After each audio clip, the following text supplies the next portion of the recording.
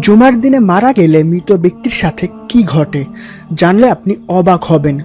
আবার আপনাকে স্বাগতম আমার এই চ্যানেলে। জুমার দিন যদি কারো মৃত্যু হয় তাহলে ওই মৃত্যুর কি বিশেষ কোনো ফজিলত আছে?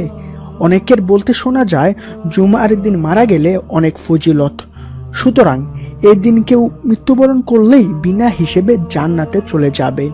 তাদের এই কথার বাস্তবতা কতটুকু? শরীয়ত এই ব্যাপারে কি বলে? আরেকটা কথা প্রচলিত আছে, রমজান মাসে যদি কেউ মারা যায় তাহলে তার কবরে কোনো আযাব হবে না, সে জান্নাতে যাবে। ইসলাম এ ব্যাপারে কি বলে? শুক্রবারে মৃত্যুবরণ করলে জান্নাতের দরজা খুলে দেওয়া হয় কিংবা সরাসরি বিনা হিসেবে জান্নাতে চলে যাবেন, এ মর্মে কোরআন ও হাদিসের কোথাও কোনো দলিল খুঁজে পাওয়া যায় না। তবে কবরের আযাব থেকে বাঁচার ব্যাপারে হাদিসে বর্ণিত হয়েছে। আব্দুল্লাহ ইবনে আমর রাদিয়াল্লাহু বর্ণনা করেন, আল্লাহর রাসূল বলেছেন যে মুসলমান জুমার দিনে কিংবা জুমার রাতে মৃত্যুবরণ করবে, নিশ্চয়ই আল্লাহ তাআলা তাকে কবরের ফিতনা থেকে বাঁচিয়ে রাখবেন। তিরমিজি, মিশকাত, মুসনাদে আহমদ। উপযুক্ত হাদিসের আলোকে ইসলামী স্কলারগণ বলে থাকেন যে শুক্রবারে মৃত্যুবরণ করলে বিনা হিসেবে জান্নাত বা কিয়ামত পর্যন্ত কবরের আযাব মাফ হয়, এ কথা বলার কোনো সুযোগ নেই। এ সম্পর্কে মোল্লা আলী কারি রহমাতুল্লাহি আলাইহি বলেন, জুমার দিনে বা রাতে যে মারা যাবে তার থেকে কবরের আযাব উঠিয়ে নেওয়া হবে, এটা মোটামুটি প্রমাণিত।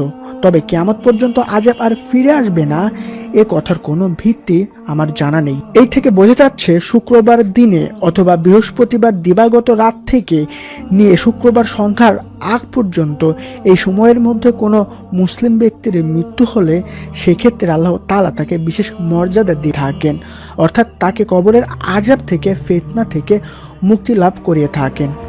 আর স্বাভাবিকভাবেই কেউ যদি কবরের আযাব থেকে মুক্তি লাভ করেন তাহলে কিয়ামতের দিনে হাসরের মাঠে হিসাব নিকাশ তার জন্য সহজ হয়ে যাবে বলেও আশা করা যায়। এই বিষয়টি সম্পর্কে উসমান ইবনে আউফান রহমাতুল্লাহি আলাইহি থেকে বর্ণিত হাদিসে রাসূল পাক সাল্লাল্লাহু আলাইহি ওয়াসাল্লাম বলেন, কবর হলো আখিরাতের ঘাটিগুলোর মধ্যে প্রথম ঘাটি।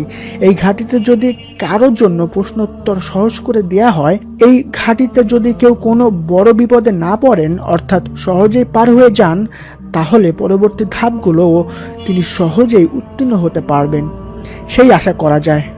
মিশকাত হাদিসে আরো বলা হয়েছে, আর যদি কবরের ঘাটি কারোর জন্য কঠিন হয়ে যায় তাহলে পরবর্তী যে ধাপগুলো রয়েছে সেগুলো আরো কঠিন হবে। তিরমিজি।